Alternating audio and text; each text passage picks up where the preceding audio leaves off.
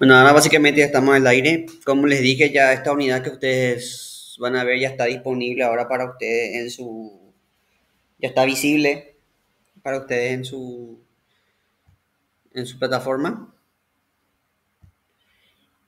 Y como ya es un poquito, vamos a empezar.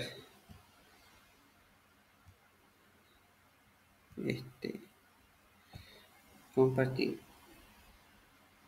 Bueno, como ustedes pueden ver, el tema de a compartir es precisamente el símbolo en la Edad Media, que es lo que vamos a hablar hoy.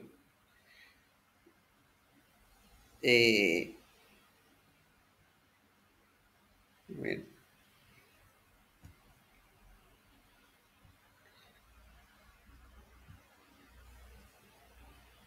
ahora sí ya les puedo ver a ustedes. Pueden ver ustedes ahora la presentación. Sí, estuvo bueno.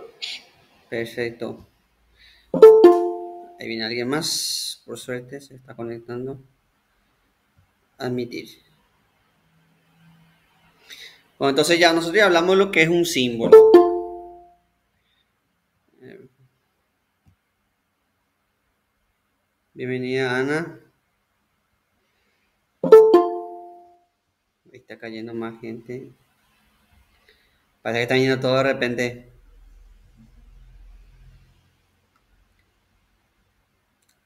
Bueno, ya hablamos de lo que es un símbolo. Un símbolo es una interpretación icónica que representa algo. Así ya dijimos nosotros en capítulos, en clases anteriores.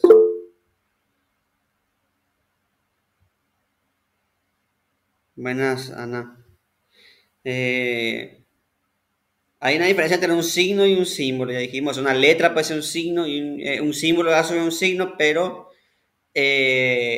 un símbolo tiene una representación más amplia que un signo. Y se representa mediante la iconografía, o sea, una imagen, un icono. Un símbolo es representación de una cosa abstracta y un signo representa algo, es algo más, por así decirlo, concreto. Eso ya dijimos también en clases anteriores. Eh, unas letras, por ejemplo, son un, un signo, pero también puede ser un símbolo. Eh, Muchas marcas de autos se valen de esto. Por ejemplo, todo el mundo reconoce el logo de Mercedes-Benz o de Toyota o de Audi. Eh, un símbolo nace de la psique cultural, o sea, un símbolo depende de la cultura en donde esté ubicado ese símbolo. Por lo que todo símbolo necesita un contexto para ser entendido. Ustedes imagínense que nuestra civilización se extingue y que vienen arqueólogos alienígenas hacia ver nuestro planeta y encuentran un, un icono de una señal redonda que tiene una E tachada. Sin un contexto, si no hay un contexto que le diga yo qué es eso, ellos pueden hacer un montón de teorías sobre qué significa esa E tachada. Pueden decir que era algo ritual, pueden decir que era algo, una manifestación en contra de, sí, exactamente, prohibido estacionar, ese es el contexto. Pero si uno tiene el contexto, esa E tachada puede ser todo un, pues los extraterrestres pueden deducir, por ejemplo, que era algo ritual, un símbolo ritual de naturaleza religiosa. Pueden decir que era una manifestación artística. eh, no sé, le pueden dar varias interpretaciones a esa E tachada que es prohibido estacionar. O imagínense justo que esos mismos extraterrestres ven que nosotros, entre nuestros restos arqueológicos, ven que nosotros teníamos colección de cositas que se llaman Funko. Y es que ellos piensan, ah, esto debe ser representaciones de sus dioses.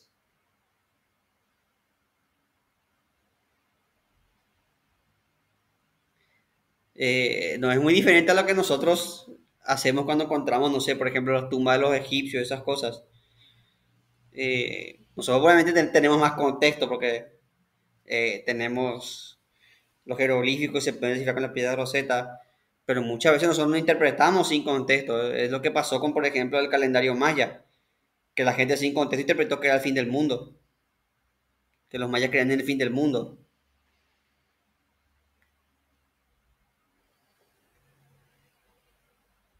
O lo mismo las pirámides, que sin contexto son, no sé, cosas espaciales, tecnología alienígena, cuando en realidad son eran tumbas de faraones, pero vos tenés que entender, para entender un símbolo, tenés que entender el contexto, para entender esa E tachada, tenés que entender el contexto en el que se... Mismo, por ejemplo, los colores. El rojo, por ejemplo, muchas veces indica peligro. Por eso los carteles de peligro de no entrar, eso están en rojo. El rojo en el semáforo indica pare. Profe, hay por ejemplo algunas culturas de Nueva Guinea donde el blanco es el color de la muerte. Sí.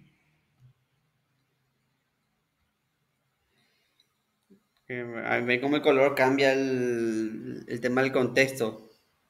Y de hecho, si vos, por ejemplo, mirás la concesión del infierno de los vikingos, eso es un páramo helado todo, todo blanco, congelado.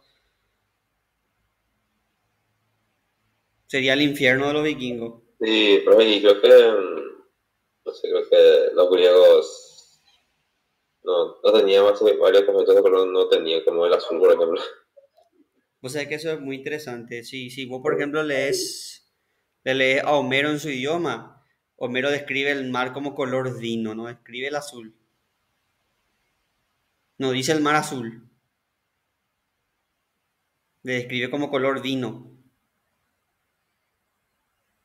Y si vos lees Homero, el cielo es algo psicodélico, a veces rosa, a veces púrpura, a veces rojo.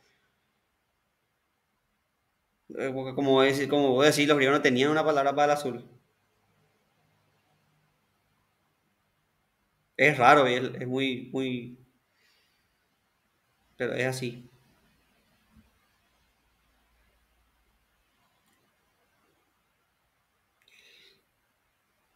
Eh,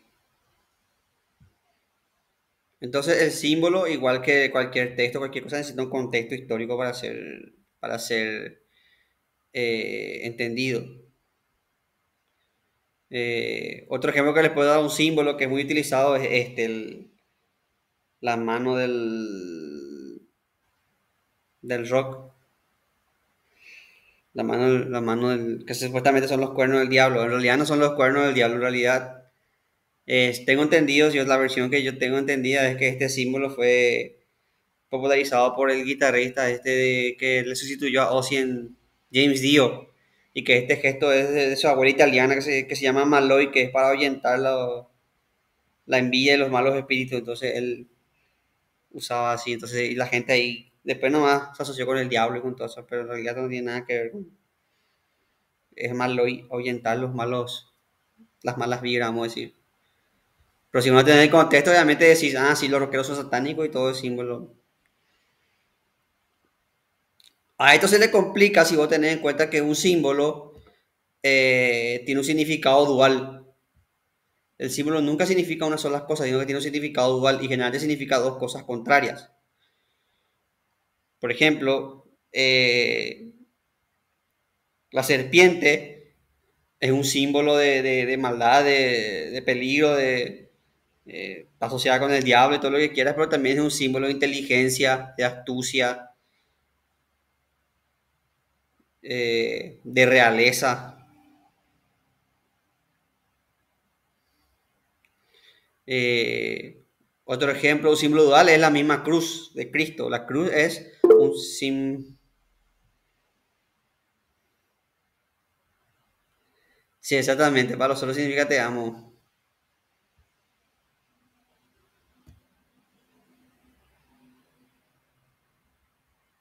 La cruz de Cristo significa la muerte, pero también significa el símbolo de la resurrección de Cristo.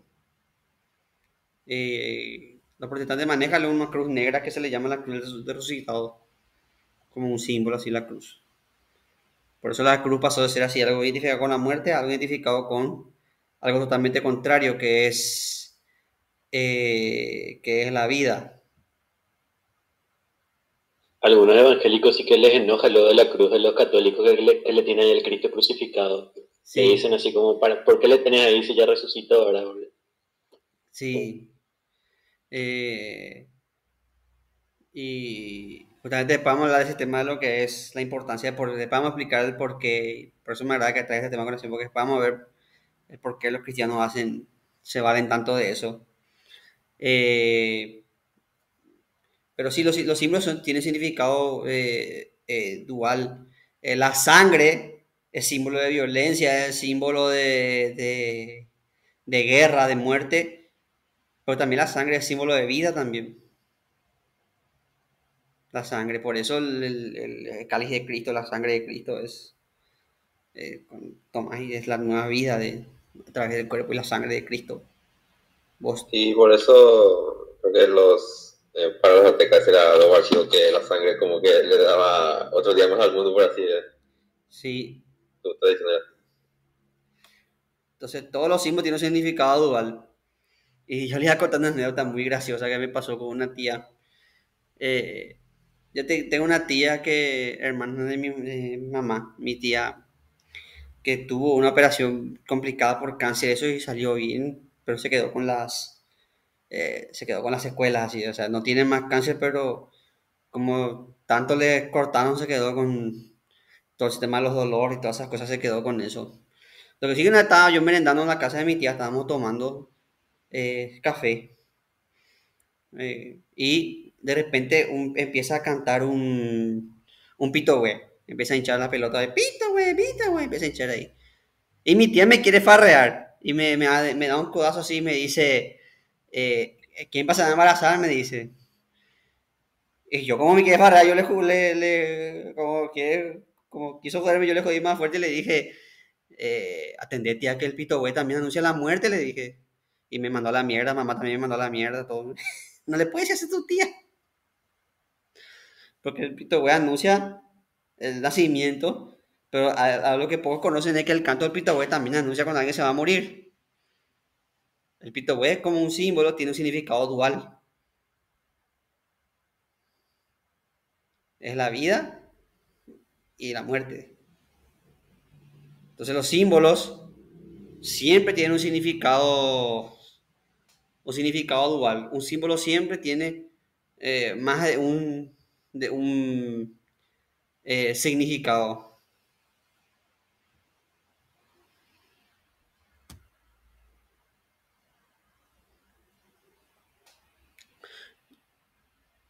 Eh, Ahora hablemos en la Edad Media. En la Edad Media, si bien siempre los símbolos tuvieron un papel importante en las sociedades, siempre. En la Edad Media, esto adquirió un papel mucho más preponderante. ¿Por qué? Porque en la Edad Media la religión, como nosotros vimos cuando... no, todavía no dimos medieval. Vamos a ver cuando... la religión permea todos los aspectos de la vida cotidiana. No solamente la religión es toda la sociedad. El calendario se regía por la religión, las actividades diarias se regían por la religión, así, todo era religioso. La religión permeó todos los aspectos de la vida. Entonces, por lo tanto, el símbolo no se limitó a lo espiritual, sino que permeó todos los aspectos de la vida cotidiana. Eh, toda la vida medieval estaba rodeada de actos, rituales y mitos. Por eso en la Edad Media se refuerza la importancia del símbolo y se establece un sistema de interpretación que rige en todas las actividades. Esto hace que la sociedad medieval se tenga que comprender en clave simbólica. O sea, todo lo que un medieval veía era símbolo de algo. Un medieval no veía naturaleza, un medieval no veía no sé, estaba un medieval en el bosque y veía un lobo y él no veía solamente un animal, sino que veía un símbolo de algo. Así, por ejemplo, empieza la Divina Comedia. Dante está perdido en un bosque, no sabe qué hacer y ahí le aparece un lobo que Dante identifica con el pecado, por ejemplo. El lobo puede ser peligro, amenaza, pero en el caso de Dante él identificó con el pecado, porque estaba en un momento muy vulnerable, entonces ahí le aparece el pecado. Identificado con un animal que es esencialmente oportunista. Entonces, para un medieval, todo lo que pasaba se interpretaba en clave simbólica. El mundo era visto como algo básicamente mágico, como que había fuerzas más poderosas que regían todas las actividades. Por eso todas las cosas eran interpretadas, todo tenía un significado más allá de lo que aparentaba.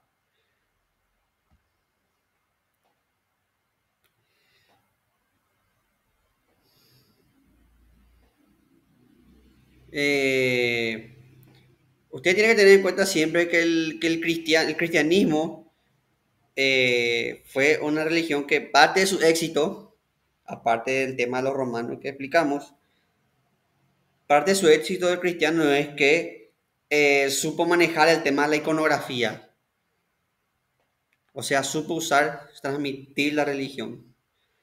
Eh, Como ustedes saben, a nivel de publicidad, si vos querés publicitar algo, por ejemplo, no sé, un auto, un producto alimenticio, lo primero que tenés que tener es un logo reconocido, una marca que te identifique. No sé, por ejemplo, eh, generalmente tiene que ser un diseño muy simple. McDonald's, como el del McDonald's. ¿Qué? Como el del McDonald's. Sí. Pero, Por ejemplo, yo hago este tilde así, todo el mundo ya sabe que es Nike. El, el tildecito es así. Un símbolo fácil, identificable y que encima es alusión a marca. Entonces, igual que los publicistas ahora, los cristianos de la época también manejaban estas cosas. Entonces, ellos también tenían por eso usaban el tema, primero usaban el tema del ictus, que es el pescado, y después ya adoptaban el tema de la cruz, que es un símbolo fácil o con dos palitos podía hacer. Y para colmo asociaban eso eh, a otras cosas positivas, la cruz de la resurrección, también se asociaba la cruz a los puntos cardinales. Entonces era así un símbolo que simple, efectivo y que servía como una marca publicitaria. Eh, entonces los cristianos desde un principio supieron manejar la iconografía y eso fue parte del éxito de su religión. Pero la iconografía no solamente es símbolos así de logos, sino que también el símbolo se ve en actos, en ceremonias, en rituales. En, Acá surge todo el tema de lo ritualístico. Eh, Como les dije, por ejemplo, el calendario se regía por los tiempos religiosos. La Cuaresma, la Semana Santa, San Juan, así se seguía. Un calendario eclesiástico era el calendario que regía tiempo de Navidad, tiempo de Cuaresma, tiempo de Semana Santa, Pentecostés, San Juan. Los días están asociados a santos. De hecho, hasta ahora rige el tema, en cierta forma todavía tenemos mucha influencia del calendario Bristol, que es el calendario que tiene todos los días un santo. Entonces el tiempo se simboliza con la religión. Si vos naciste, por ejemplo, un 17 de marzo, vas a ser patricio porque es el día de San Patricio. Si vos naciste un 16 de agosto, vas a ser Roque porque sos San Roque. y así sucesivamente. Eh, las procesiones, los actos, en los mismos rituales comunes de eh, la misa es un ritual diseñado para abrumar todos los sentidos.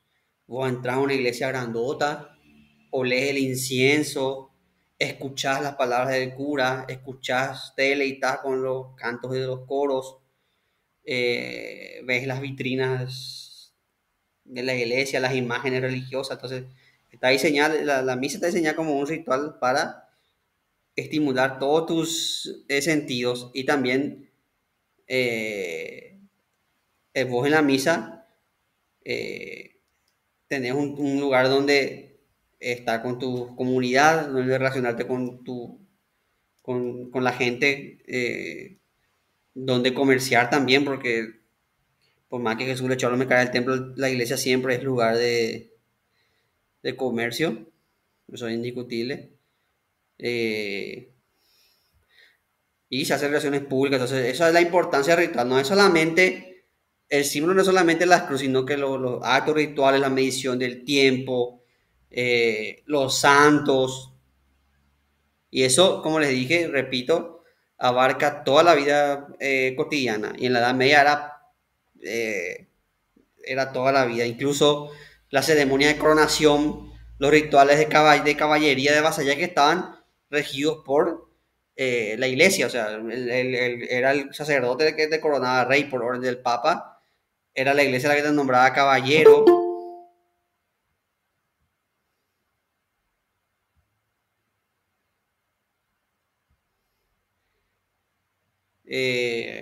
Mismo la función de la arquitectura, eh, por ejemplo, hasta ahora nosotros en nuestra ciudad está organizado, hasta hace poco si vos te vas al interior, sobre todo, esto sobre todo se nota en el interior, pero en la ciudad ya se nota pero a menos escala, por la ciudad ya ha crecido más acá. Pero vos te das cuenta, está la iglesia, después está la plaza, después está el cementerio y después está un organismo de justicia, llámese fiscalía, policía. Ah, la mierda, se perdió mi conexión.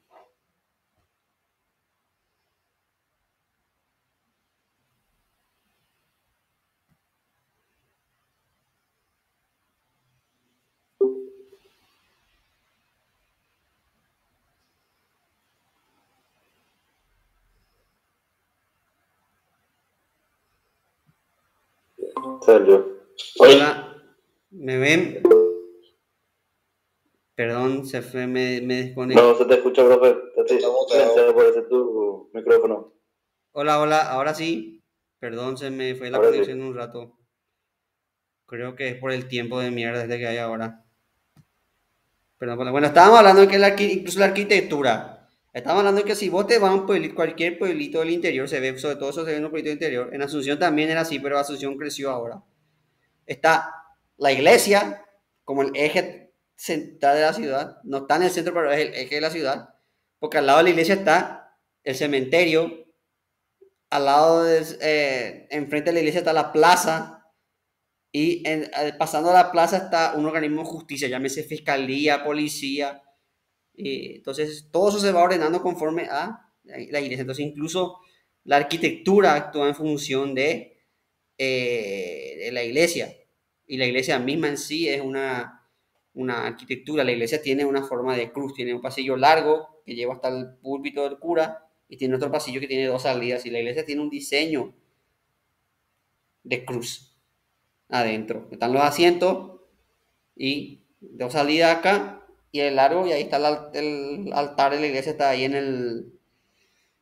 Y sobre todo el tema de la función de las catedrales. Las catedrales tenían toda una función icónica. Las catedrales, por ejemplo, tenían la altura, vos te sentías...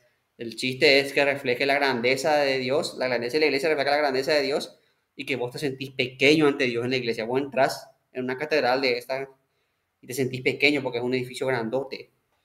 Eh, la catedral tiene arcos como un espacio etéreo, la iluminación con los vitrales. ves todos los colores, la luz prima en la catedral. Las imágenes, los vitrales tienen imágenes. En el interior de la iglesia hay imágenes de santos, hay cosas. En el exterior están las gárgolas, las imágenes de todo eso tiene una función.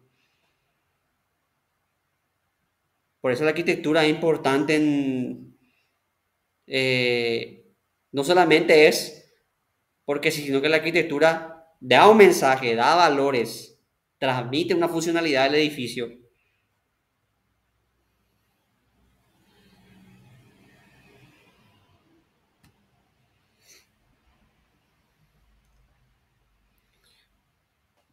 Ahora, ¿cuáles son las funciones del símbolo?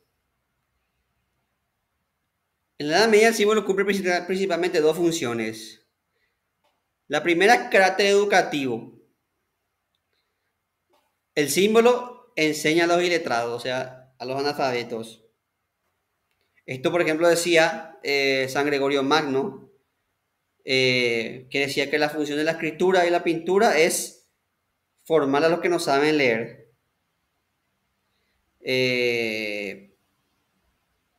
Como les dije, el cristianismo depende mucho por eso de la iconografía. Póngase usted en la Edad Media, donde la gran mayoría de la población, salvo algunos sacerdotes y en esta época ni siquiera los nobles, a excepción de algunos, sabían leer. Entonces, ¿cómo vos le enseñas a que no sabe leer? Con imágenes. Por eso me encantó que, como ya he mencionado, ese tema de los protestantes que se enojan por Jesús, pero es poderosa la imagen. O sea, vos, imagínate vos un campesino analfabeto medieval, entras en una iglesia, un templo grande, lo más cercano a un palacio que probablemente has sabido en tu vida, hermosos vitrales con luces que te invaden, el olor, el incienso, los hermosos cantos de coro, y ves en el centro de todo eso una figura de un señor barbudo que está en la cruz. Y el cura te dice que ese señor, que vos ves que es importante porque le está en el centro de todo este ritual, y el cura te explica que ese señor murió por vos. Entonces, obviamente, vos campesino medieval, te sentís importante. Porque ves que toda esta gente le está alabando a alguien que murió por vos.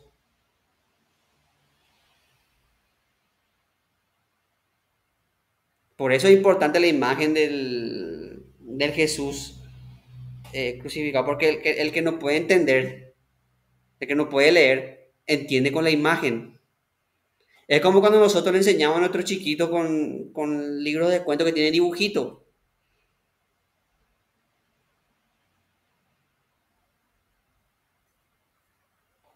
Mi sobrinita aprendió a leer, aprendió la historia de Patito Feo porque miraba los dibujitos del librito. Y después nos pedía que contemos. Pero ella ahora mira el dibujito y acá el patito se va con los cisnes. Acá el patito está así. Acá el otro patito se ríe del patito y está así. Y bueno, así aprendía también el, el hombre común en la Edad Media. Eh, a través de símbolos y de, como les dije otra vez, de los rituales. Entonces, cuando venía Navidad, por ejemplo, la gente se ponía a decorar, se hacían cantos, se hacían toda una serie de rituales. Y entonces ahí el iletrado medieval sabía que era el cumpleaños de Jesús. Venía Semana Santa y está el tema del Vía Crucis. Entonces ustedes alguna vez, seguro que sí o sí, si entraron en el colegio religioso, fija que asistió a un Vía Crucis. Yo tengo un colegio religioso asistió a Vía Crucis. ¿Qué es un Vía Crucis? Es cuando cuando se representa a través de actores, vamos a decir, todos los pasajes de la muerte del Calvario de Jesús, o de la pasión de Jesús, como quieran llamarle. Exactamente, a través de las estaciones de Vía Crucis. Y eso, ¿qué función tiene eso? La función de eso es que aprenda, que la gente aprenda. O sea, tiene una función educativa, y eso es lo que decía Gregorio Magno. Los actos religiosos, la iconografía religiosa, tiene una función educativa, es enseñarle al que no sabe leer y escribir.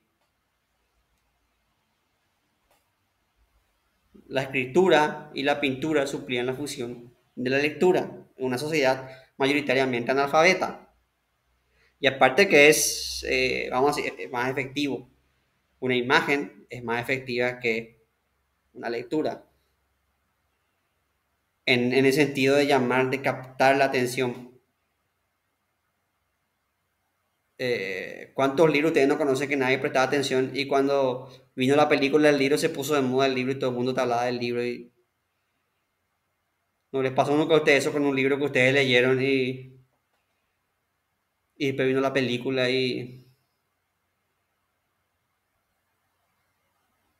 A mí, por ejemplo, me pasó con Troya. A mí me pasó con Troya. Yo leí la Ilíada y después vi la película y... No es que todo el mundo se puso a leer la Ilíada, pero todo el mundo hablaba así de... la guerra de Troya, esas cosas cuando se estrenó Troya así y yo así... No, es como el libro, decía yo. El famoso pedante que dice... En el libro se explica mejor por qué. Pero es cierto. O lo que pasó con sagas como Harry Potter, por ejemplo, que mucha gente se entró a los libros por las películas. ¿Por qué? Porque la película te llama la atención, la película te impresiona.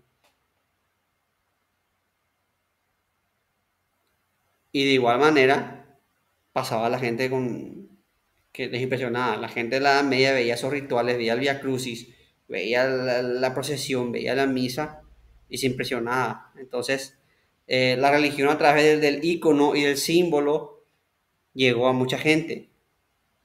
Y eso tiene yo creo que ese componente de show que tiene, y sin ofender, no estoy ofendiendo a ninguna religión, pero eso sí, hay que reconocer que los cristianos supieron manejar la iconografía y la simbología, eso que no pudieron hacer los protestantes, no pudieron hacer los musulmanes tampoco.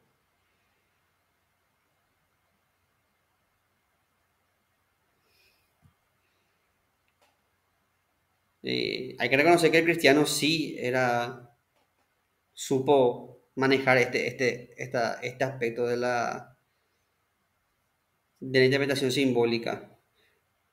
¿Y por qué el cristiano supo hacer eso? Porque eso se dio por necesidad. Porque el cristiano fue una religión prohibida mucho tiempo, entonces tenía que valerse de un lenguaje simbólico. O en Roma, no podía estar predicando la palabra de Dios puerta por puerta como hacen los testigos de Jehová porque te llevaban al coliseo y te comían los leones. No se podía. Entonces, ¿cómo se hacía? Vos tenías que tener un simbolito que te identificara. Entonces, vos le veías ahí con un pescadito y vos que tenías el pescadito también le seguía ese y se reunían en la catacumba y hacían la misa. Y se valían de símbolos y rituales porque no todos tenían el mismo nivel de cultura. Entonces, el cristianismo tuvo que adaptarse y tuvo que transformarse. Entonces, ahí el cristianismo supo valorar. El cristianismo también se valió mucho de la representación artística. Como les dije, las gárgolas eran una representación del demonio, de los diablos, y siempre estaban afuera de la iglesia. Como diciendo, afuera de la iglesia está el pecado. Y adentro de la iglesia estaban las imágenes de los santos, estaba la imagen obviamente, Jesús, había una imagen de la Virgen, etcétera, etcétera. Entonces, todo eso como una función. Y es lo que decía Seudio de inicio. Pero al mismo tiempo, y esto parece, como les dije, el símbolo siempre tiene una doble función, tiene un doble significado. Sí, el arte gótico, exactamente, Ana. Al mismo tiempo, el símbolo también cumple la función de ocultar. Como les expliqué yo recién en el caso del ictus. El ictus era el pescadito, era un símbolo para ocultar. Primeramente, porque uno decía, soy cristiano, creo en Jesús. No podías tener una remera de Jesús tenía que ser discreto, tenía que tener un pescadito. Entonces los cristianos escondían símbolos. También se da eso en la masonería, por ejemplo. La masonería se maneja con muchos símbolos que entienden los iniciados, por ejemplo. Y así también, pero eso no es solamente exclusivo de sectas, sino que también el mismo cristianismo también maneja símbolos y rituales que son de iniciados. Por ejemplo, eh, el ritual de elección del Papa es una cosa a lo que los simples mortales no podemos acceder. Es un ritual propio e iniciado con toda una simbología propia de la elección del Papa. Se destruye la sortija, se hace una nueva sortija, se le pone al Papa, se saca el humo blanco, toda esa cuestión ritualística, a lo que solamente puede acceder, obviamente, los que son también sacerdotes y son cardenales, y son los cardenales que están permitidos para seleccionar nuevo papa. Entonces esa es la doble función del símbolo. El símbolo muestra, difunde, pero a la vez también oculta. Y de que la prueba de eso es que hasta nosotros tenemos esa tendencia de desconfianza o ficción hacia la masonería. Con respecto a la masonería hay muchos mitos. Y también hay mucha controversia. ¿Por qué? Porque son rituales secretos y nosotros no sabemos. Son para iniciados. Y después ya hay exageraciones, ya que un orden mundial, que ellos eligen los presidentes de todos los países y cosas así.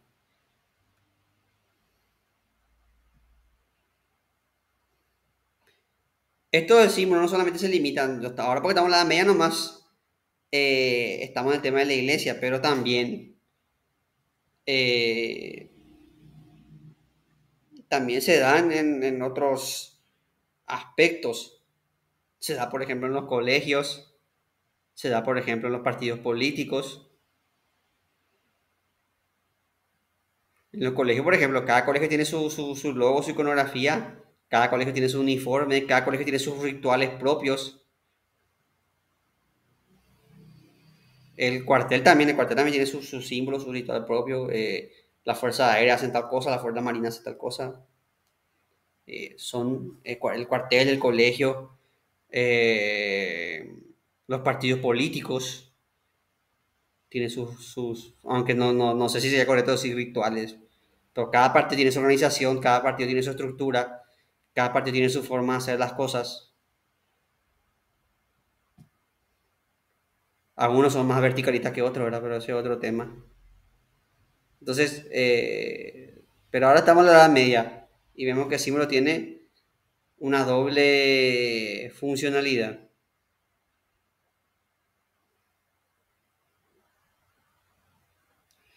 Y acá volvemos otra vez a lo que dimos en la clase pasada, Platón. Como vamos a ver nosotros en el cristianismo, la Edad Media tuvo mucha importancia Platón. Y Platón distinguía dos mundos, el sensible y el inteligible. Y todo el arte medieval se fundamenta en base a esto. Distingue el mundo sensible, que es los sentidos, y el conocimiento inteligible, que es la razón. Y el símbolo justamente es lo que une esto. ¿Por qué? Porque el símbolo es una representación de algo sensible que explica algo inteligible. Como yo le expliqué, una serpiente es un animal sensible, un animal que vos puedes ver con tus sentidos, pero explica el pecado, explica la astucia, explica eh, no sé, por ejemplo, para los vikingos, eh, eh, los cuervos eran mensajeros. Entonces vos veías un cuervo y decías que hay noticias, que va a haber noticias nuevas pronto. Otras culturas asocian a los cuervos y buitres asocian con la guerra, obviamente, porque los animales veían cadáveres y se daban festines, ¿verdad? Entonces siempre estaban cerca de la guerra. Entonces los humanos asociaban el presagio de guerra con algunas culturas asocian presagio de guerra con los buitres, los cuervos.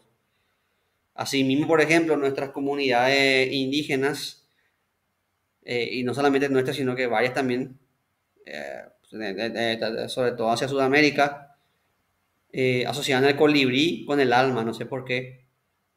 Entonces ellos veían un colibrí y pensaban que era el alma de alguien.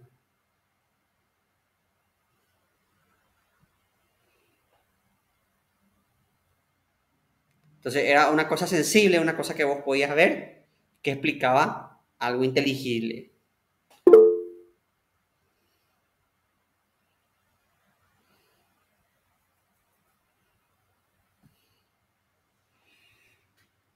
Marian dice, ahora hay más logia de masonería, los palacios de justicia tienen su sí. Eso es cierto. Vos casi seguro que si conoces a un abogado, casi seguro que sea masón también. Por lo menos si están en el Palacio de Justicia. ¿Por qué? Porque ellos ¿sabes? Son tipo un sindicato, se ayudan todos entre ellos. Sí, eso es cierto. Tiene bastante influencia.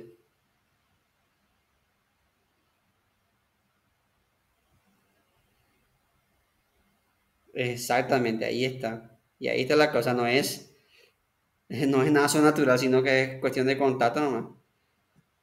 Eh, es como cuando Homero se unió a los magios que le hacían todo descuento, eso porque él era magio, hacía el saludo magio y el plomero ya le hacía descuento, tenía lugar, mejor lugar de estacionamiento y todas esas cosas, más o menos como eso es la masonería.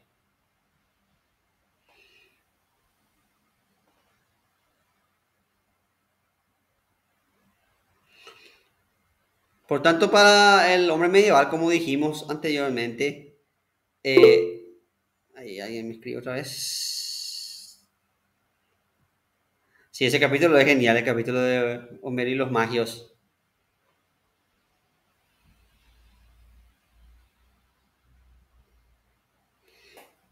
Entonces, como les dije, para el hombre medieval, cualquier cosa que veía era una señal de algo más. Por eso lo que, como le dije, le di el ejemplo de Dante, que él vio un lobo perdido en el bosque asoció con pecado. Entonces, un hombre medieval siempre veía algo como una señal de...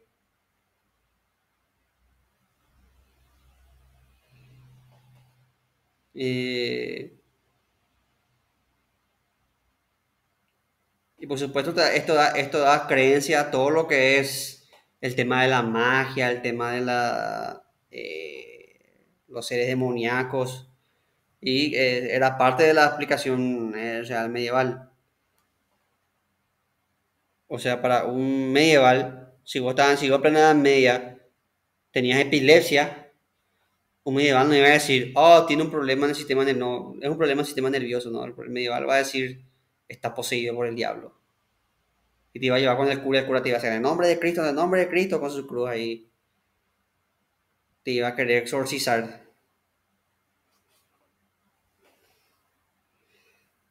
Y siempre así, lo natural y lo sobrenatural convivían. Y en eso se basa, por ejemplo, la astrología, que es la combinación de natural con natural, que es heredada de los pueblos babilónicos, griegos y toda esa parte, porque los signos zodiacos son todos de los babilónicos, después de los griegos, después de los... eh, y era eso, una explicación sobrenatural, un fenómeno natural que explicaba algo sobrenatural. Pero eso no es solamente propio del cristiano, sino que pasa en todas las culturas, en casi todas las culturas. Eh, no sé si usted le conoció al profesor Blas Servín. Falleció ya, que divulgaba los cosas de los guaraníes en relación con la astronomía. Sí, profe. Sí, profe. Él, por ejemplo, explicaba que para un indio, nosotros, por ejemplo, vemos un cometa y ¿qué hacemos? Pedimos un deseo. Pero para un indio guaraní, ver un cometa era un mal presagio. Era que algo malo iba a pasar. Un indio guaraní veía un cometa y se asustaba. ¿Por qué se asustaba? Porque significaba que había un desorden en el cosmos. Ellos estaban acostumbrados a ver las estrellas fijas en el cielo y a ver un cielo y de repente una cosa que pasaba ahí. Ellos decían, se está cayendo, o sea, así habrán pensado. Pero lo que sí que veían una alteración de ese orden y ellos pensaban que eso era algo malo.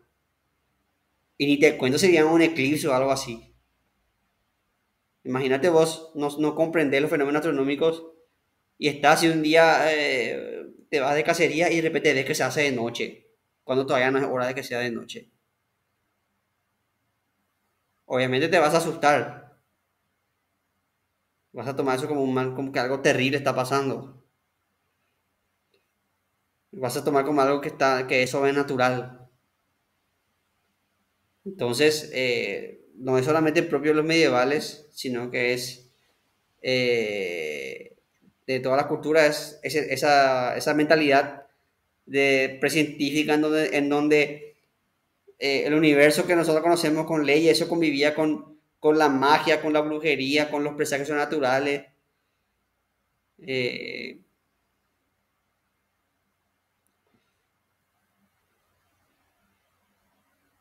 eh, y es donde, obviamente, en el mundo, para el hombre medieval, el mundo era algo fantástico. Existían gigantes, dragones, no sé, elfos, duendes. Era un mundo fantástico. Como que nosotros ahora nosotros vemos eso y parece ficción, parece algo escrito por Tolkien. Pero para el hombre medieval, las hadas, los duendes, eran tan reales como para mí son los caballos y los... Por eso los medievales confeccionaban bestiarios.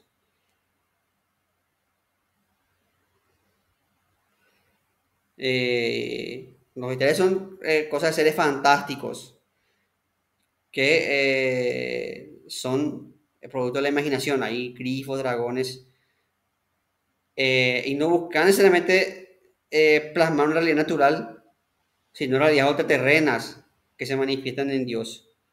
Como le dije, en el mundo medieval estaba todo mezclado. No es que el mundo era así como nosotros decimos, este mundo acá ahora y el otro mundo. No, bueno, para el medieval, eh, como le dije, existían los seres sobrenaturales, existía el demonio, existían los... De hecho, para gente, incluso para gente de este siglo, existe el demonio. No soy yo quien para cuestionar las creencias de nadie. Pero en la Edad Media eso estaba más presente todavía, el tema del demonio y de la sociedad y la brujería. Eh, Como le dije, probablemente un hombre medieval tenía conjuntivitis y decía que alguien le echó mal de ojo, que alguien le embrujó. O, o, o no sé, un hombre medieval que estaba casado se enamoraba perdidamente de otra, que no era su esposa, y su esposa decía que esa le embrujó. Bueno, eso hasta ahora pasa, de que le hizo payé, esa cosa, dice la gente. Bueno, pero eso es mentalidad medieval. Entonces y no era algo así que vos decís, o sea, es algo que ahora te hace reír, pero sí, hasta ahora piensan así que eh, le hizo payea y que hay brujería, que hay algo sobrenatural. Eh, y son toda herencia del pensamiento. Y ahora ustedes ahora se pueden reír, pero en esa época estas cosas, esto del payé y la brujería, eran cosas que se tomaban pero muy en serio.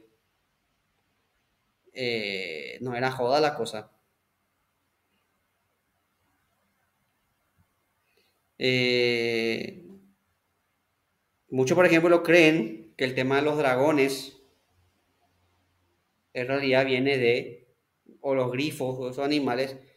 Hay gente que dice que son cosas de la imaginación, pero hay gente que también da una explicación y dice que los medievales, por ejemplo, se encontraban con un fósil y como ellos no tenían datación de carbono, esas cosas, o sea, imagínate vamos a encontrar un cráneo de tiranosaurio o de un plesiosaurio, imagínate encontrar eso. Vos sos un hombre medieval, vos no sabés que eso viene de miles de años antes de hace 65 millones de años. No sabés que viene de esa época.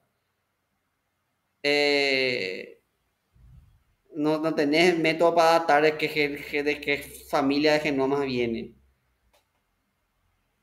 Entonces, ¿qué vas a pensar? Oh, este es el cráneo de un dragón, de un reptil gigante, un dragón.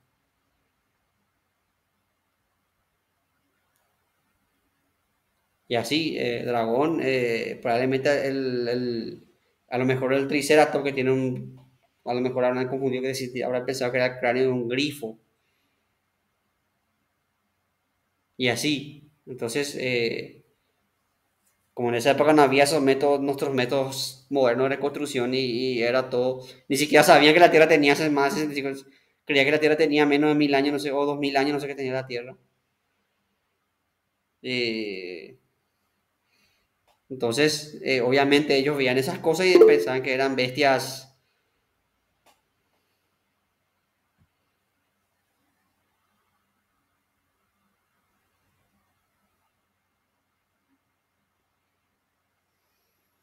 Todo lo que se le hace al bebé recién nacido. Nuestra abuela dice que se ojea un montón de cosas inventadas así.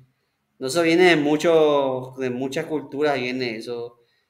En el caso en nuestro caso concreto, viene así de mezcla de tradiciones arcaicas españolas con tradiciones autóctonas acá de los indios de acá. Pero ustedes saben algo interesante que eh, yo tengo una amiga mexicana, Karina Navarrete se llama. Ella vino como estudiante de intercambio, estudió psicología en nuestra facultad. Y una vez estábamos hablando así y salió el tema ese del... Ella me preguntó porque a ella le hablaban del tema del payé. Y yo le expliqué qué consistía eso del payé, que alguien te ponía una cosa, que te tiraba algo para que te... o que ponía una vela con tu foto y te hacía un... Y me dijo, ah, la santería, me dijo. Y me dijo, en México es igualito la... O sea que los... No, es de acá nomás el tema del... Solo que allá le llaman santería, le cambian el nombre así, a eso de desearle el mal o querer amarrarle con... eh, a eso que nosotros le decimos payé.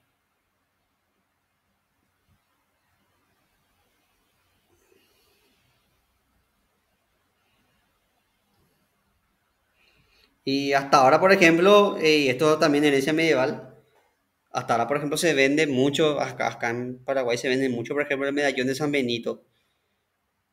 ¿Por qué? Porque ahuyenta el demonio. Yo ahí en Supercentro me fui a comprar un reloj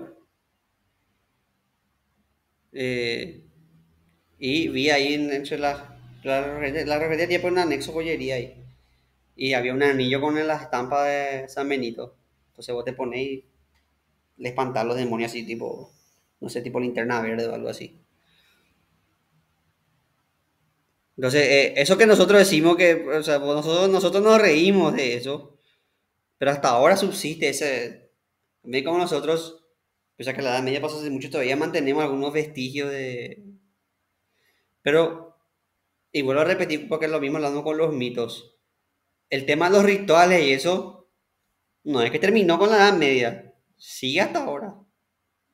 Basta nomás con ver cualquier partido de fútbol y ustedes van a ver que hay una serie de rituales cuando hay un partido de fútbol. Piensen nomás ustedes, ¿qué hacen ustedes cuando hay un partido de fútbol? Si es de la albirroja hay que ignorar, porque siempre cuando ignoramos ellos ganan. Y cuando le prestas atención ellos pierden. No hay que hacerle caso, bro. No, no. Ah, sí, bueno, eso ahora, pero yo me acuerdo cuando la selección era algo que era grande así, y yo recuerdo que había todo un... cuando te hablo de Paraguay, de lo que fue Paraguay hasta el... Creo que el último mundial que tuvimos fue en el 2010, ¿verdad? ¿Verdad? Sí, Sí, sí. pero yo recuerdo el 98, Paraguay clasificó después, y ahí se fue un suceso, pero cuando eso yo era muy chico todavía, no entendía todavía, o sea, era ya, pero todavía era niño, todavía estaba en la escuela, eso en el 98. Pero ya cuando estaba en el colegio, 2002, 2006 y eso, ahí sí ya había todo un ritual así ya, por ejemplo, en el colegio se traía una televisión, se traía gaseosa, y si ganaba Paraguay, se festejaba con comida, con algo. Después sí que cuando fui más grande ya era así tema de... ¿Pablo? No, es que anteriormente había esperanza. Sí, exactamente. No, No es cierto, es así, era. Los directores mismos, sí, esa directora más Argel era la que daba permiso sin titular. sí. Mira, yo entré en San Miguel, un colegio ultra religioso, Mi directora, primero fue Melina, después fue Mireya. En Melina se parecía a lo de Margaret Thatcher, tenía así la cara lo de Margaret Thatcher. Y ella, por ejemplo, el día que jugaba Paraguay, te permitía venir con la remera de Paraguay, era todo más holgado, el profesor no daba telo, los profesores no daban telo, clase. Se traía la tele, como te dije, se traía la gaseosa, se traía. Ahí está. A eso quería llegar. Ahí mañana agarró el ojo. ¿Para qué sirve ese ritual? ¿Qué función tiene ese ritual? Y es la función que cumple el deporte. Esa es la función del deporte. Por eso yo no entiendo, y me van a preguntar si son ustedes cerritos olimpistas, pero yo no entiendo esa pelea entre cerritos olimpistas. ¿Por qué? Porque esa no es la función. La función del deporte es justamente que nos unamos. Las Olimpiadas se crearon. La función de las Olimpiadas es para unir a todos los pueblos de la ELADE. Y por supuesto también, obviamente también la ciudad hacían su parte. Ah, sí, mira, Calcides es el mejor jabalinista y es de Creta. Ah, mira, tomátela. También está eso. Pero siempre entre más con unión. Siempre eran nosotros los griegos somos los mejores.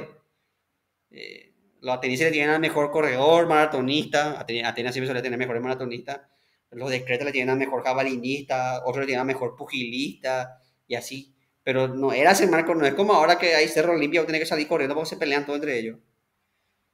Y ese ritual del... Sí, exactamente.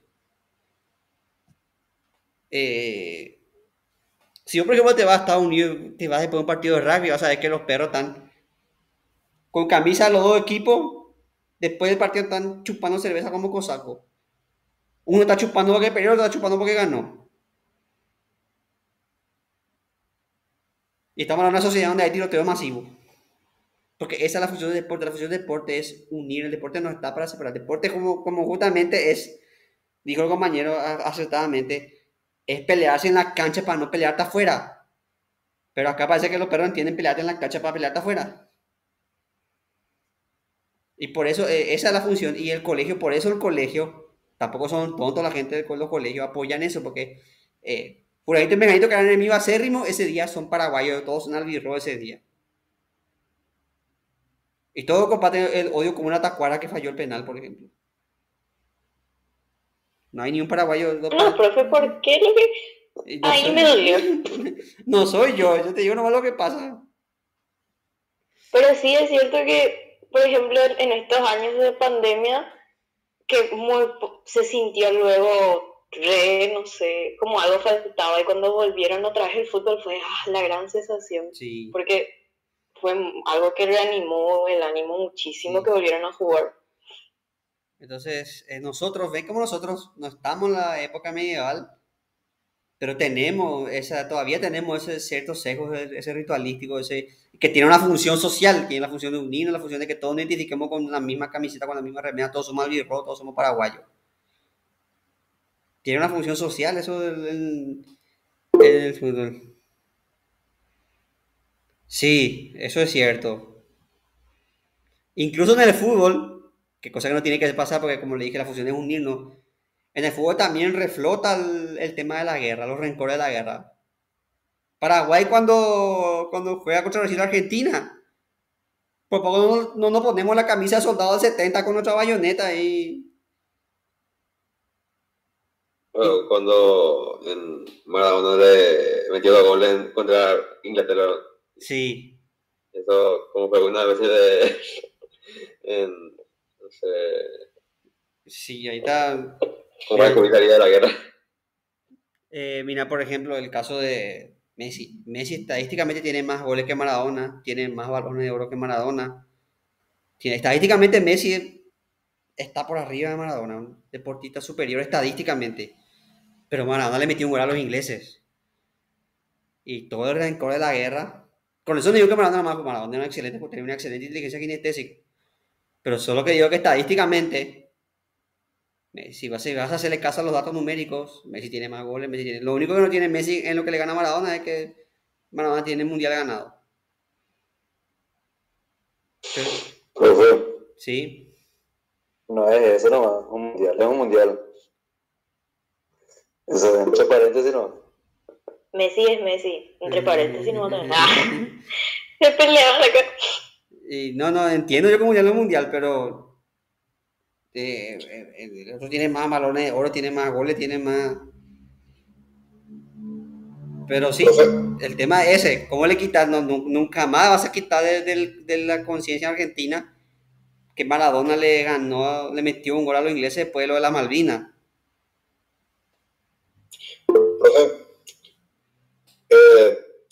yo quiero eso, quiero aportar algo o dar mi punto de vista ya que estamos hablando de eso. Sí,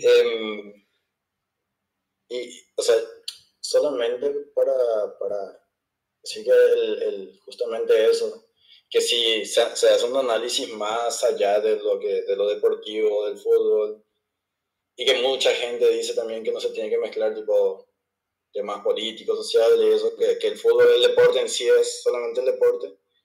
Desde mi punto de vista justamente es eso, o sea, es una expresión del hombre, que como decía Aristóteles, el hombre es un animal político, o sea, entonces yo creo que en ese sentido el fútbol es como una plataforma muy, muy importante, digamos, para estas expresiones políticas, sociales, como dije, culturales, lo que sea, y que no solamente se debe de reducir porque como vos decís, o sea, todo esto, el enaltecimiento de Maradona tuvo muchísimo más que ver, o sea, mucho más que ver otra vez, aparte de ser tipo, uno de los mejores o el mejor de la historia, ponerle sí, todo ese énfasis que tuvo años después de lo de las Malvinas y que sí. tenían la sangre en el ojo todavía los argentinos contra los ingleses y todas esas cosas, entonces no solamente tiene un significado deportivo dentro de todo, al menos el fútbol, creo. Sí.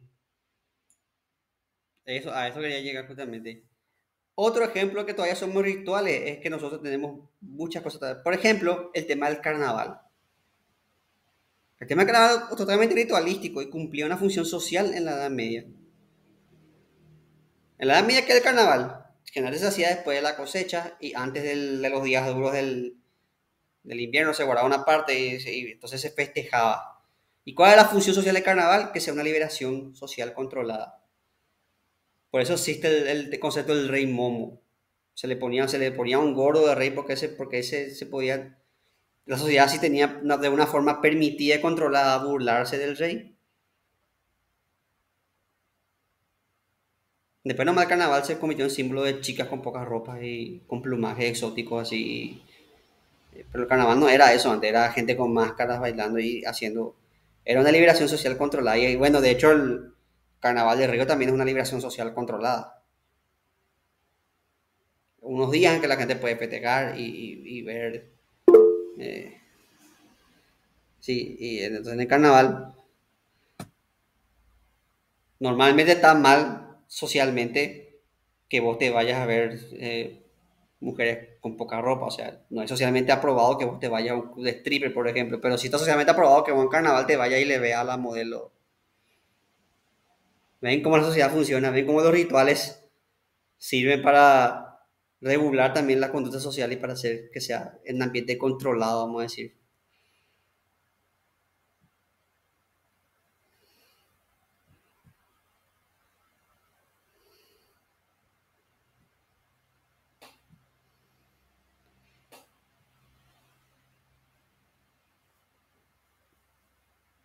Entonces, ahí, por ejemplo, esto llega al máximo con Hugo de San Víctor, que definía el símbolo como una forma visible que permite vincular lo invisible. Esto viene de lo que es la teología negativa. ¿Qué es la teología negativa? Vos no podés conocerle a Dios, sino por lo que Dios no es. En pocas palabras, vos no podés saber cómo es Dios, pero sabes que Dios no es malo, sabes que Dios no es imperfecto, sabes que entonces lo que vos puedes decir de Dios no es lo que es, sino lo que no es. Eso es la teología negativa. Por eso a Dios uno le puede conocer normalmente, pero sí puede conocer lo que Él a través de la analogía, o sea, a través de símbolos visibles que te conduzcan a lo invisible. Por ejemplo, vos no podés conocer qué es el Espíritu Santo, vos no sabés qué, pero si alguien te pone una palomita o un fueguito así en la cabeza de los apóstoles, ya entendés un símbolo de lo que es el Espíritu Santo. Entonces, la palomita o el fuego en la cabeza del apóstol es una forma visible de explicar algo invisible.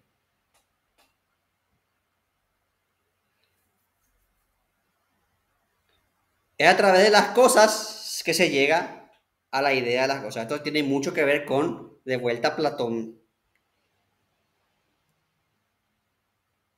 Y de hecho San Víctor exagera porque para San Víctor todo es simbólico y ella se confunde la estética con... ya se sublima totalmente la estética a lo espiritual. Ya, una iglesia no es solamente algo lindo, sino que ya es la belleza de Dios manifestada en la tierra, por ejemplo, no sé.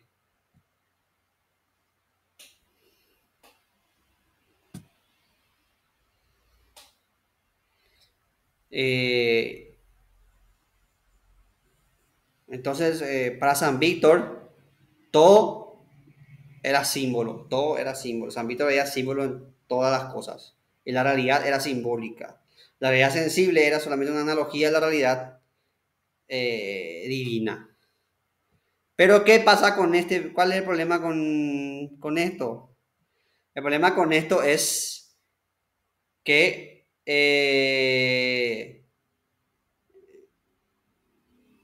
esto al final deriva una especie de panteísmo. Porque si vos no lo podés conocer a Dios por otra cosa que no sean las cosas visibles, entonces vas a llegar a la conclusión de que Dios se manifiesta en naturaleza. Y de ahí de decir que Dios es naturaleza, solamente hay un paso. Y como decía el filósofo Miguel de Unamuno, el panteísmo es un ateísmo disfrazado. Y la iglesia es teísta, la iglesia cree en un Dios barbudo que está ahí arriba en el cielo y que intercede por nosotros. La iglesia no es panteísta, el panteísmo va en contra de la iglesia.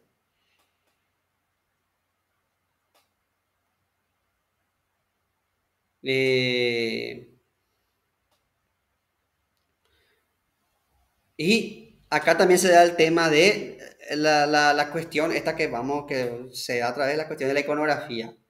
¿Por qué? Porque acá también hay otro problema, aparte de que cruza el panteísmo, hay otro problema.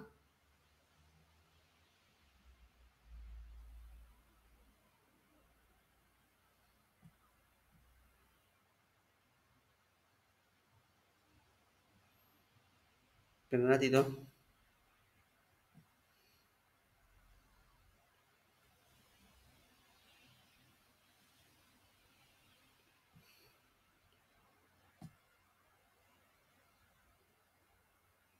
Bueno, acá vamos.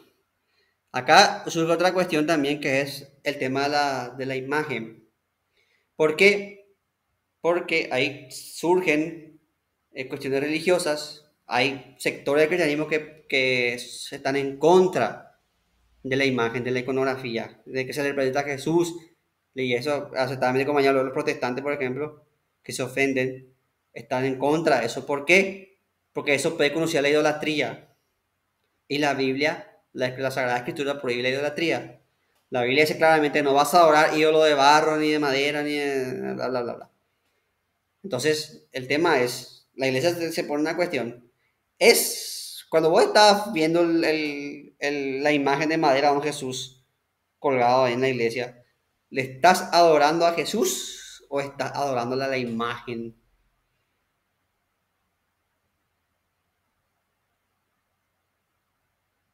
Y ahí eso se derivan otras cuestiones, por ejemplo, la adoración a los santos, eso que vos tenés tu estampita de los santos, de tu santo, o tu, como dije yo, tu medallón de San Benito para espantar demonios. Eso, para ciertos grupos cristianos, para los ortodoxos y los protestantes, por ejemplo, y también los musulmanes, eso es idolatría. Vos no puedes presentarle a tu Dios con imágenes, porque la Biblia prohíbe adorar a Dios.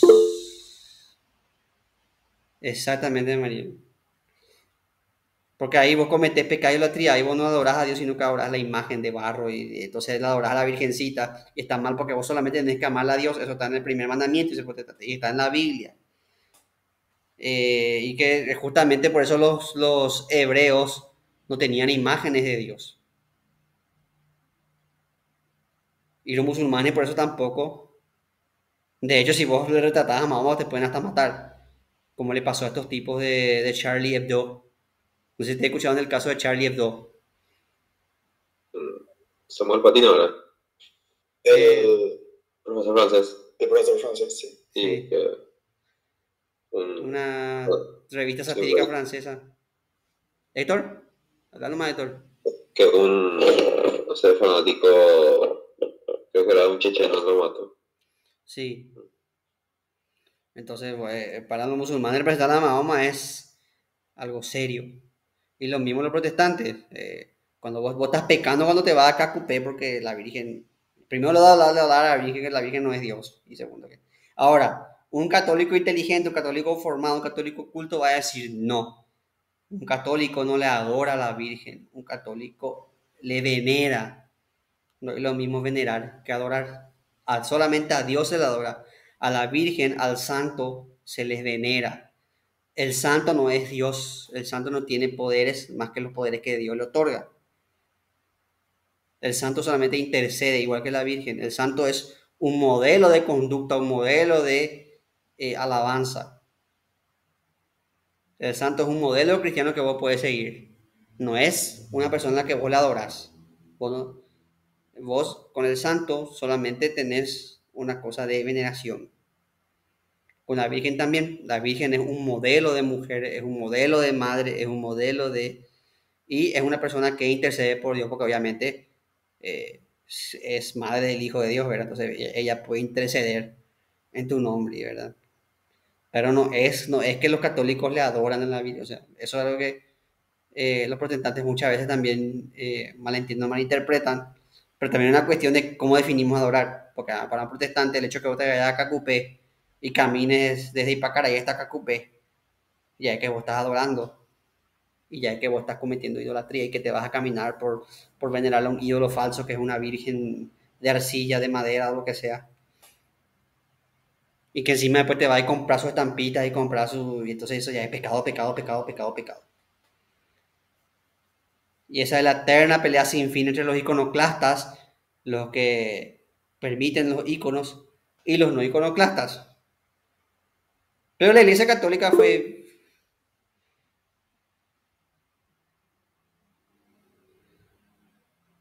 Sí.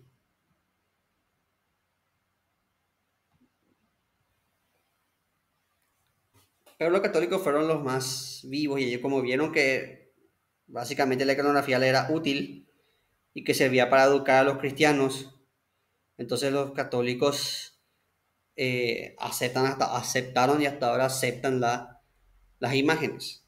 En cambio, los protestantes, los ortodoxos aceptan ciertas imágenes, los ortodoxos aceptan también, pero con más pero que los católicos. Y los musulmanes sí que no aceptan imágenes, ni siquiera la imagen de Mahoma, no es ni siquiera solo de Alá, vos a Mahoma tampoco le puedes retratar.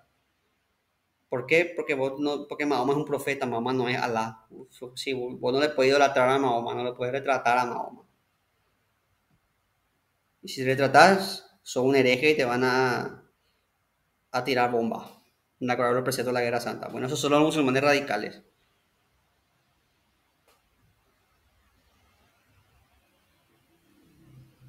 Entonces, estos problemas se presentó en la iglesia por lo que este enfoque suprasimbólico ya les fue contraproducente. Así que por tanto la iglesia justo en este tiempo se vale del aristotelismo. Ya deja al lado el platonismo y tiene un concepto de Aristóteles. Por eso la importancia del símbolo de la Edad Media no llega hasta la Alta Edad Media.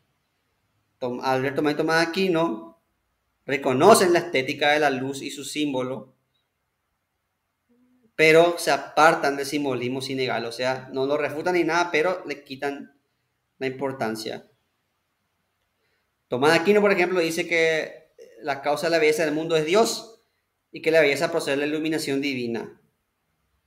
Pero en ningún momento dice que el mundo es una imagen o una alegoría o un símbolo de Dios.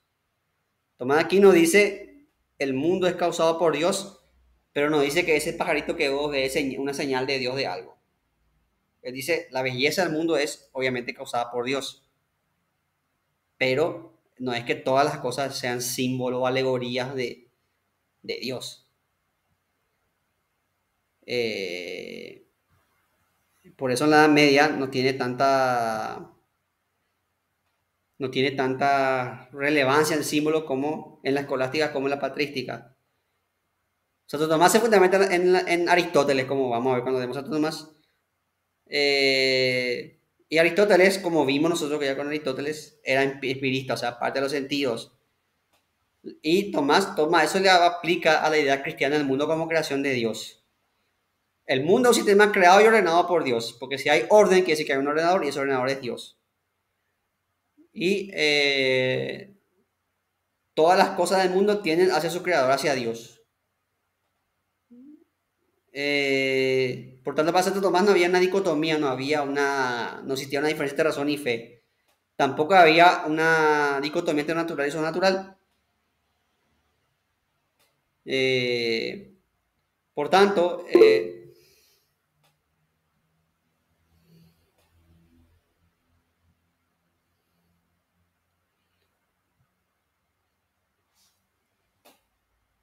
yo creo que Weber en parte tiene razón, pero también Weber tira mucha agua a su molino. Es cierto, porque los protestantes, por ejemplo, incentivaban el ahorro, esas cosas, entonces eso permitió que para el protestante el lucro no era algo mal visto como para el católico, entonces eso permitió que se prospere más, pero también Weber quiere tirar mucha agua a su molino. Pero no por eso su análisis es falso, solo que hay que tener en cuenta que Weber como protestante tiraba mucha agua a su molino. Sí, obvio. Era una cosa cierta, pero otra cosa no tanto. Sí. Es como los cristianos que dicen que los católicos eran más tolerantes que los protestantes y que las casas de brujas eran cosas de protestantes y no de católicos.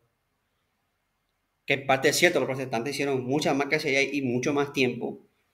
Y los protestantes hasta en 1800 los mataban. De hecho, el juicio de Salem fue en 1800 y pico. No sé, no importa, pero los protestantes tardíos. Y hay católicos que también dicen que los protestantes fueron los últimos países en dejar la esclavitud. Los países protestantes, por ejemplo. Pero como te dije, eso también es tirar agua hacia el molino de los católicos también. Usan datos que son verídicos, pero usan de una forma que tira agua hacia su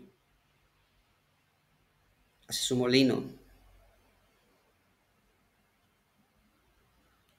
Y Weber tiene razón, hay ciertas condiciones del protestantismo que le permitió, pero Weber tira mucha agua a su molino. Igual que los católicos que dan el ejemplo que yo les di, que los protestantes eran esclavistas. Muchos países protestantes sí se basaban en reformas esclavistas. Pero, por ejemplo, Estados Unidos no era que todo Estados Unidos era esclavista, sino que había un sector industrial que estaba en contra de la esclavitud y un sector de la industria agrícola que estaba a favor de la esclavitud. No era que todos los protestantes estadounidenses estaban con la esclavitud. Muchos antiesclavistas estadounidenses eran protestantes también. Pero vos podés agarrar eso y decir, no, los países protestantes son los últimos en dejar la esclavitud.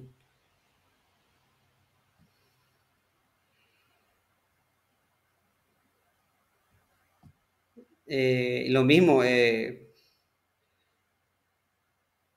muchos países católicos, incluso la España del 1700 era potencia mundial. Y otros países protestantes como Alemania, mientras eso estaban imbuidos en guerras de religión.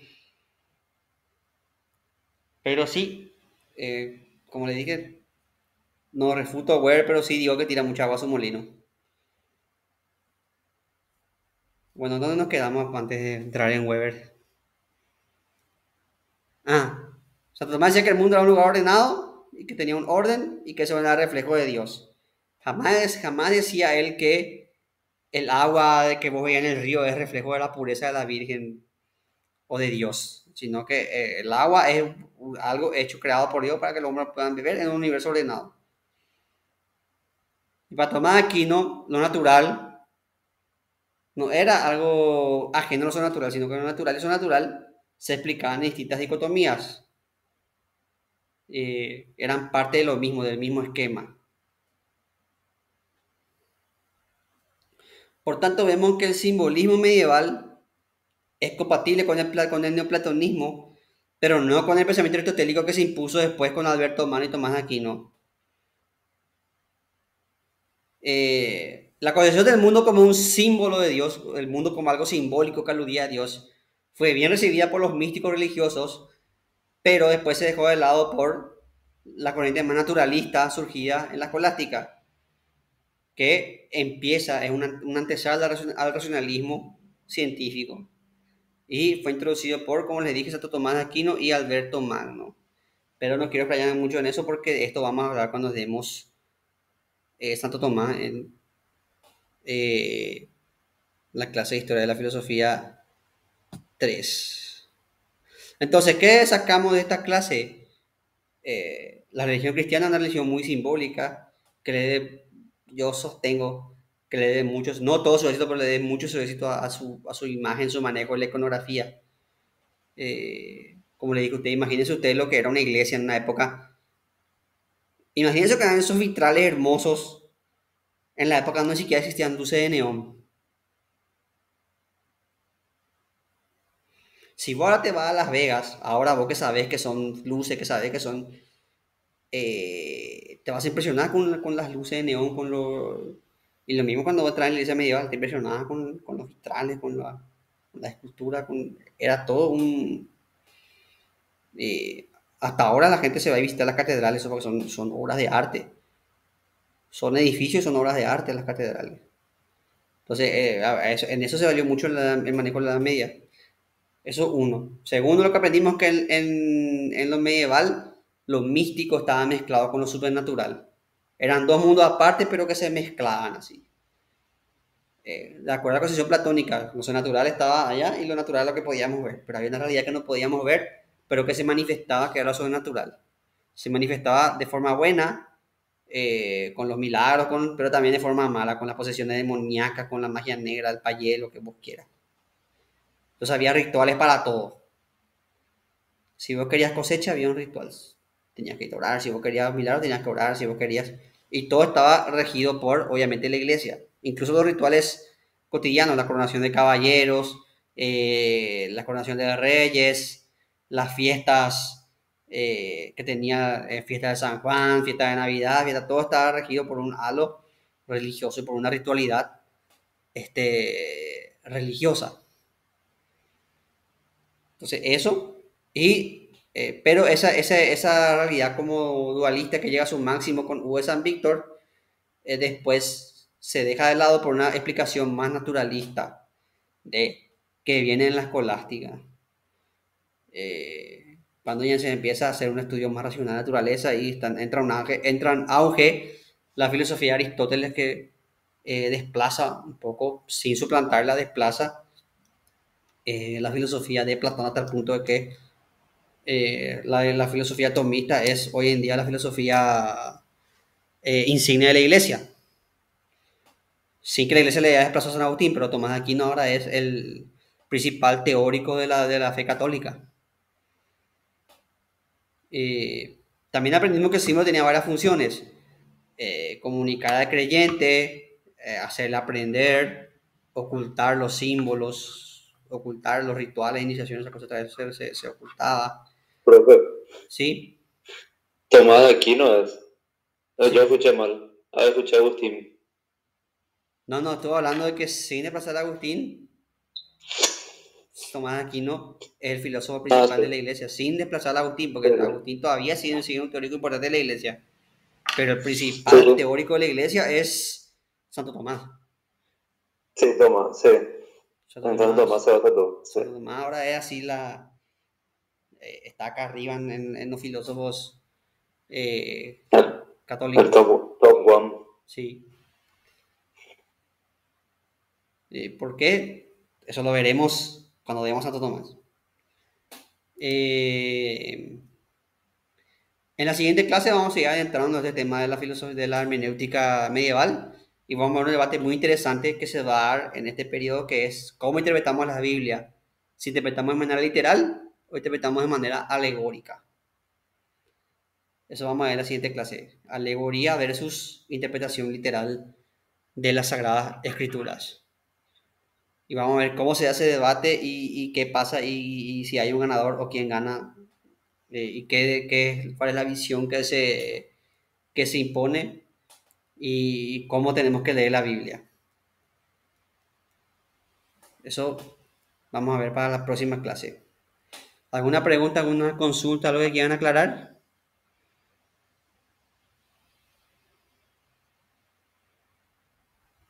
Bueno, Claro, les recuerdo que, a lo que te iban a decir, les recuerdo que esta clase ya está disponible, ya está visible o sea, la clase no porque todavía no estoy grabando recién, pero los PowerPoints ya están visibles en la plataforma.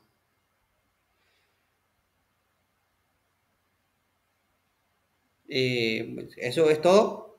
Les agradezco que se hayan unido a esta clase. Muchísimas gracias. No, profe, gracias. Chao, chao, chao. Gracias, profe. Gracias, profe. Chao, profe. Chao. chao. Nos vemos.